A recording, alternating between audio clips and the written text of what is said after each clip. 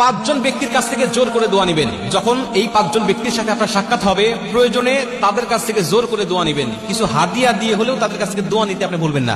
কারণ ইবনে মাজাহ শরীফ এবং তিরমিজি শরীফের বর্ণনায় নবীজি বলছেন, এই পাঁচজন ব্যক্তির দোয়া করলেই আল্লাহ পাক তাদের দোয়াটা কবুল করে নেয়। দুইটা বর্ণনা আসছে, তিরমিজি শরীফের বর্ণনা আসছে 3 জন এবং ইবনে মাজাহ শরীফের বর্ণনা আসছে 2 জন। এই 3 জন আর 2 জন, এই 5 জন ব্যক্তি যখন কোনো ব্যক্তির জন্য দোয়া করে, আল্লাহ পাক তখন ডাইরেক্ট তার দোয়াটা কবুল করে নেয়। রাসূল সাল্লাল্লাহু আলাইহি ওয়াসাল্লাম বলছেন, 1 নম্বর হলো মা বাবা। কোনো মা বাবা যদি সন্তানের জন্য দোয়া করে, ওই দোয়ার মাঝে আর আল্লাহ পাকের মাঝে কোনো পর্দা থাকে না, ডাইরেক্ট আল্লাহ পাক দোয়াটা কবুল করে নেয় এবং সেই সন্তানের জন্য আল্লাহ পাক সব দোয়াগুলোকে আল্লাহ পাক কবুল করে নেয়। এটা হলো 1 নম্বর।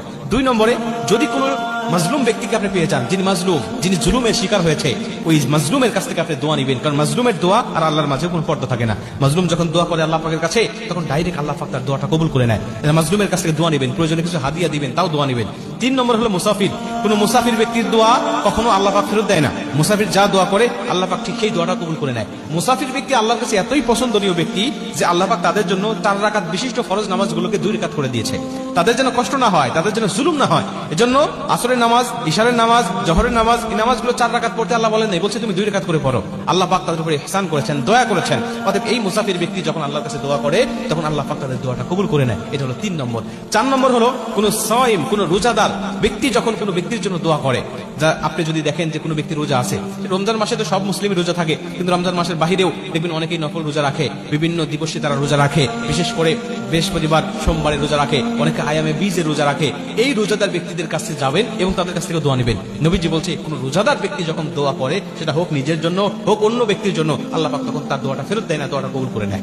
এবং 5 নম্বর লাস্ট হলো কোন ন্যায় পরায়ণ শাসক, যিনি ন্যায় ইনসাফ ভিত্তিক শাসন প্রতিষ্ঠা করতেছে। ন্যায় পরায়ণ শাসক যিনি সর্বসময় ন্যায় বিচার করেন, এই ন্যায় বিচারক শাসকের কাছেও তুমি দোয়া নিবে এবং সেই দোয়াটাও আল্লাহ পাক কবুল করবে। এখন ন্যায় বিচারক শাসক কি হতে পারে?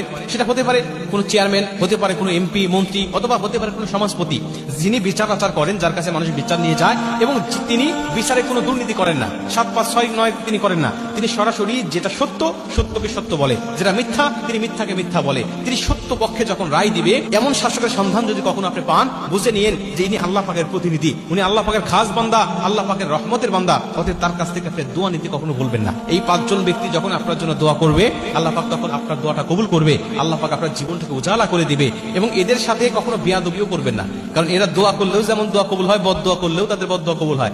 এই জন্য তাদেরকে সন্তুষ্ট রাখার চেষ্টা করবেন, তাহলে অবশ্যই আল্লাহ পাক আপনার